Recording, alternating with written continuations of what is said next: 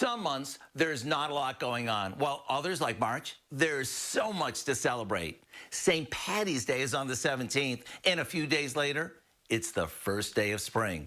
And let's not forget Mardi Gras, Ash Wednesday, and one event that we can embrace all month long, National Frozen Food Month.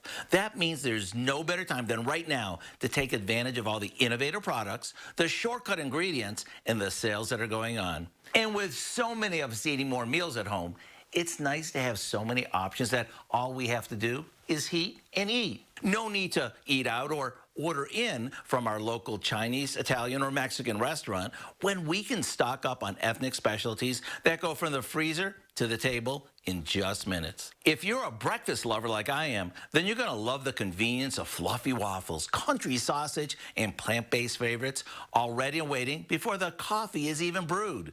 And for all of us who love to nibble and indulge, it's amazing how many new options there are right next to our old favorites in the freezer aisle. And with a stock freezer, we can enjoy fresh from the farm veggies and fruits year-round with no prep and no waste. Look what I did here. I whipped up a steaming hot homemade soup in minutes using a handful of freezer favorites. If you'd like the recipe for our Shortcut Meatball Soup, all you have to do is visit our website. Boy, is this ever good. I'm Howard in the Mr. Food Test Kitchen, where today we found an inspiring and money-saving way for you to say, ooh, it's so good.